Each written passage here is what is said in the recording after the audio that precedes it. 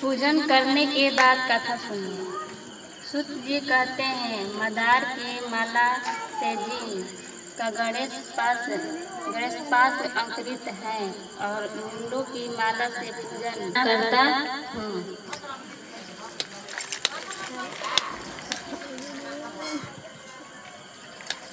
रमणी के कैलाश पर्वत के शिखर पर बैठी हुई पार्वती जी कहती है, हे महेश्वर, हमें कोई गुप्त व्रत या पूजन बताइए जो सब धर्मों से सरल हो, जिसमें परिश्रम भी कम करना पड़े लेकिन फल दान के आदि मध्य और अंत रहित आप जैसे महाप्रभु हमको प्राप्त हुए हैं। शिव जी बोले, हे देवी सुनो, मैं तुमको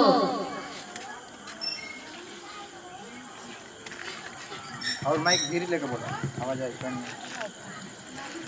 तुमको एक व्रत जो मेरा सर्वस्व छिपाने योग्य है, लेकिन तुम्हारे प्रेम के वंशीभूत होकर मैं तुम्हें बतलाता हूँ।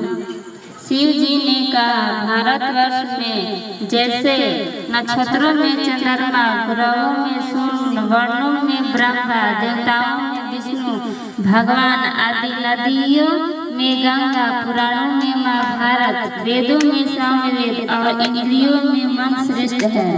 सब कुछ पुराणों और वेदों का सर्वस्व जिस तरह कहा गया है, मैं तुम्हें एक प्राचीन व्रत बतलाता हूँ। एकाग्र मन से सुनो। जिस व्रत का प्रभाव से तुमने मेरा आधा आसन प्राप्त किया है, वह मैं तुमको बतलाऊंगा, क्योंकि तुम मेरी प्रयासी हो।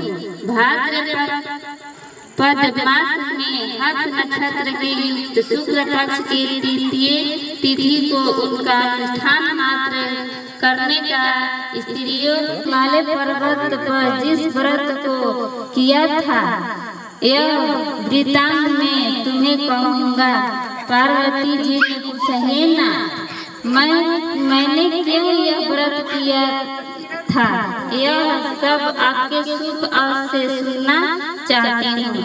उत्तर की ओर एक बड़ा रमणीक और पर्वतों में श्रेष्ठ हिमवान नामक नाना प्रकार के पर्वत है। उसके आसपास तरह तरह की भूमियाँ हैं, तरह तरह के वृक्ष उस पर लगे हुए हैं। नाना प्रकार के पक्षी और अनेक प्रकार के पशु उस पर निवास करते हैं। वहाँ पहुँचकर गंधर्वों के साथ बहुत से देवता, सिद्ध चरण पक्षीगण सर्वदा प्रसन्न मन से विचारते हैं। वहाँ पहुँचकर गंधर्व गाते हैं, अप्सराएं नाचती है। उस पर्वत राज के कितने ही शिखर ऐसे हैं कि जिसमें अष्टाधिक रत्न और वैदूत मणि आदि की खाने भरी है। यह पर्वत ऊंचा है तो इतना अधिक है कि मात्र के घर की तरह समझकर आकाश का स्पर्श किए रहता है। उसके जल की ध्वनि सदा सुनाई देती है। हे पार्वती, आच्छादित रहते हैं। तुम्हें बाल्यकाल में उसे पार्वत पर तपस्या की थी। 12 वर्षों तक तुम उल्टी टांग कर केवल धुआं पीकर रही। 64 वर्ष तक सूखे पत्ते खाकर रही। माघ मास में तुम्हें रहती है। वैशाख की दोपहरिया में पंचमी तपती थी। सावन महीने में जल बरसता तो तुम्हें सूखी प्यासी रहकर मैदान में बैठी रहती थी। तुम्हें पिता इस तरह कष्ट सहन को देखकर बड़े दुखी हुए। वे चिंता में पड़ गए कि मैं अपनी कन्या किसको दूं। उसी समय नारद जी वहां पहुंचे। मुनि श्रेष्ठ नारद जी उस समय तुम्हें देखने गए थे। नारद जी को देख गिरी से आद्य पाद्य, स्वामी आप किस लिए आए हैं? मेरे अहोभाग्य है, आपका आगमन मेरे लिए अच्छा है। नारद जी ने कहा, हे पर्वतराज सुनो, मैं भगवान विष्णु का भेजा हुआ आपके पास आया हूँ। आपको चाहिए कि यह योग कन्या रत्न किसी योग वर को दे। भगवान विष्णु के समान योग वर ब्रह्मा, इंद्र और शिव इनमें से कोई नहीं है। इसलिए मैं यही कहूँगी कि आप अपनी कन्या भगवान विष्णु को ही दें। हिमवान ने कहा, भगवान विष्णु स्वयं मेरी कन्या ले रहे हैं और आप वह संदेश लेकर आए हैं। मैं उन्हें अपनी कन्या दूंगा। हिमवान की इतनी बात सुनकर मुनिराज नारद आकाश में विलीन हो गए। वे पीताम्बर चक्र और गदाधारी भगवान विष्णु के पास पहुँचे। वहाँ हाथ जोड़कर नारद जी भगवान विष्णु से कहा, हे देव सुनिए, आपके विवाह पक्का करा दिया।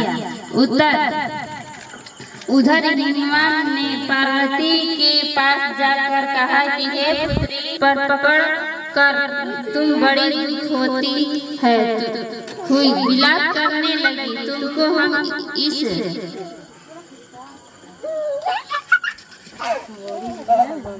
प्रकार विलाप करती हुई देखकर सखी बोली, क्यों तुम इतनी दुखी हो? इसका कारण बताओ। तुम्हारी जो कुछ इच्छा होगी मैं यथाशक्ति उसको पूरा करने की चेष्टा करूंगी। इसमें कोई आशय नहीं है। पार्वती बोली, मेरी जो कुछ अभिलाषा है उसे तुम प्रेम पूर्वक सुनो। मैं एकमात्र शिव जी को अपना पति बनाना चाहती हूँ। उसमें कुछ भी आशय नहीं है। मेरे इस विचार को पिताजी ने ठुकरा दिया है।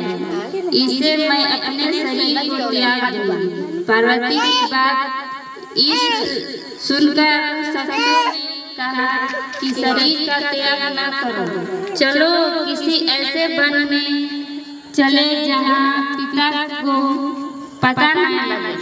ऐसी सलाह कर तुम वैसे वन में जा पहुँची। उधर तुम्हारे पिता का घर तुम्हें खोजने लगे। दूतों द्वारा भी खबर लेने कि कौन देवता या किन्नर मेरी पुत्री को हर ले गए। उन्होंने मन ही मन कहा, मैं नारद जी के आज्ञा प्रतिज्ञा कर चुका हूँ कि अपनी पुत्री भगवान विष्णु को दूं। ऐसे सोचते सोचते हिमवान मूर्छित हो गए। गिरिराज को मूर्छित देखकर सब लोग हाहाकार करते दौड़ पड़े। सब होश हुआ तो सब पूछने लगे, गिरिराज आप अपनी मूर्छा का कारण बताइए। भगवान ने कहा, आप लोग मेरे दुख का कारण सुने। ना मालूम कौन मेरी कन्या को हार ले गया। ऐसा नहीं तो उसकी किसी काल में सांप ने काट लिया या सिंह खा गए। हाय हाय, मेरी बेटी कहाँ गई? किसी दृष्ट ने मेरी पुत्री को मार डाला। ऐसे वे वायु के झोंके से कांपते हुए वृक्ष के समान कांपने लगे। इसके बाद मौखी पड़ दिया खोजने लगे। वह वन भी सिंह, भालू, हिंसक जंतुओं से बड़ा। ऐसी जगह जा पहुंची जहाँ एक नदी बह रही थी। उसकी रमणीय तट पर एक बड़ी सी बंदरत थी। तुम्हें उसी कमरा में आश्रम बना दिया और मेरी एक मुल्काई प्रतिमा बनाकर अपनी सखियों से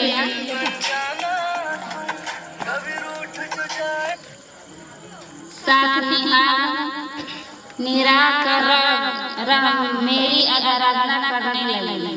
जब भाद्र पर शुक्ल पक्ष की हर्षयुक्त तृतीया तिथि प्राप्त हुए तब उसने मेरी विधिवत पूजन किया।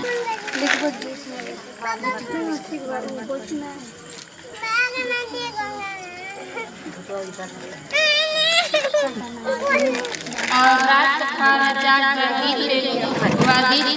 मुझे प्रसन्न करने में बिताया।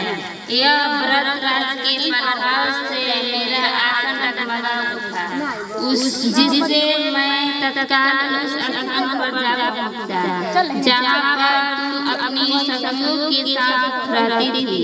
वहाँ पहुंचकर मैंने तुझसे मेरे यथाशक्ति कहकर कैलाश पर्वत पर वापस आने पर तुमने वह प्रतिमा नदी में प्रवाहित कर दी और सखियों के साथ उस महापर्व व्रत का पालन किया। हिमवान भी तब तक उस वन में तुम्हें खोजते हुए आ पहुंचे।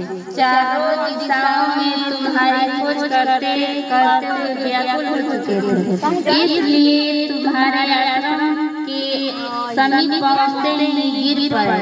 थोड़ी देर बाद उन्होंने नदी के तट पर दो कन्याओं को सोते हुए देखा। देखते ही उन्होंने तुम्हें छाती से लगा लिया और बिलख कर रोने लगा। फिर पूछा, पुत्री तुम सिंह बाघ आदि जंतुओं से भरे इस वन में क्यों आ पहुंची? पार्वती जी ने उत्तर दिया, हे पिताजी, मैंने पहले ही अपने आप को शिव जी के हाथों में सौंप दिया था। अब अपने मेरी बात टाल दी, इससे मैं यहाँ चली आई। भगवान ने सांत्वना दी कि हे पुत्री, मैं तुम्हारी इच्छा के विरुद्ध कुछ न करूँगा। वे तुम्हें अपने साथ लेकर घर आए और मेरे साथ तुम्हारा विवाह कर दिया। इससे तुमने मेरे आदर्शन पाया। तब से आज तक किसी के सामने मुझे यह व्रत का प्रकट करने का अवसर नहीं प्राप्त हुआ। हे देवी, मैं यह बताता हूँ कि इस व्रत का हरितालिका नाम क्यों पड़ा? तुम्हें सखियों हर ले गई थी, इसे हरितालिका नाम पड़ा। पार्वती जी ने कहा, हे प्रभु, अपने नाम तो बताया, आप इसकी विधि बताए। इसका क्या पुण्य है, क्या फल है, यह व्रत कौन करे? शिव जी पार्वती जी से कहते हैं, हे देवी, मैंने समस्त स्त्री जाति की भलाई के लिए यह उत्तम व्रत बतलाया। जो स्त्री अपने सौभाग्य की रक्षा करना चाहती है, वह रत्न पूर्वक इस व्रत को करे।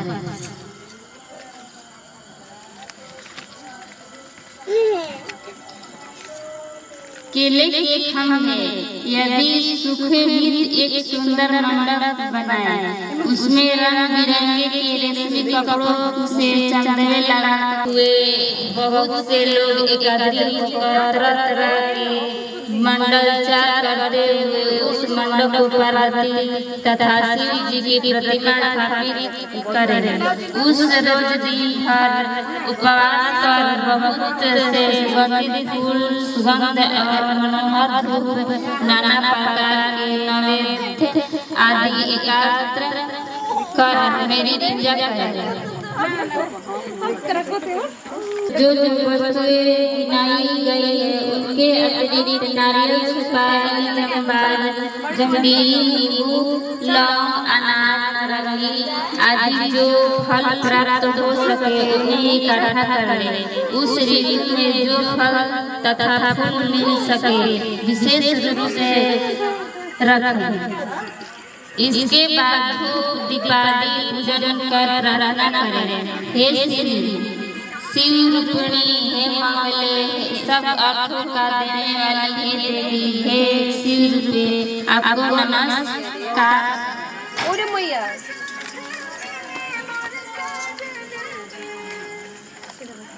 हे शिव रूपे सदा के लिए नमस्कार।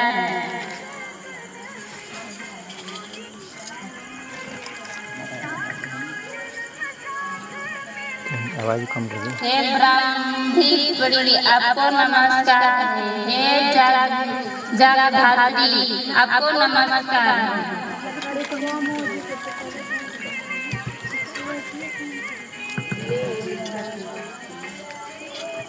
हे शिवानी, संसार के भय से भयभीत दिन की रक्षा करें।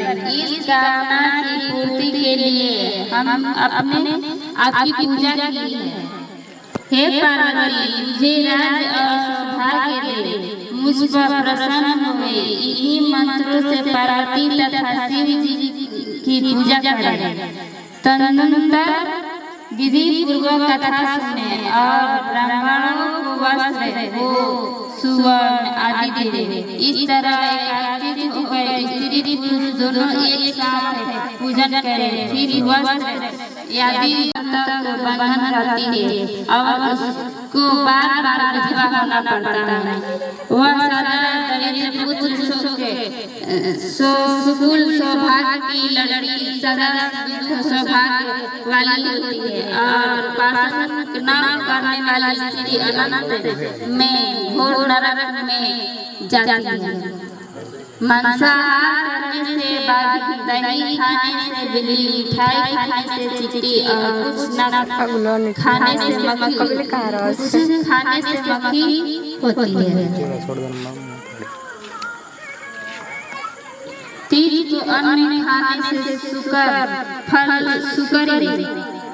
खाने से बदलिया, पानी पीने से जोग, दूध पीने से सारा पीने, उस रोज सोने से अजगरी और पति को धोखा देने से मुंगी होती है। इसलिए सभी स्त्रियों व्रत अवश्य करें। दूसरे दिन सुवर्ण चांदी तथा बांस के पात्र में अन्न भर कर ब्राह्मण को दान दे और पारण करे। जो स्त्री इस प्रकार व्रत करती है वह मेरे समान पति पाती है और जब वह मरने लगती है तो तुम्हारे समान उसका रूप हो जाता है।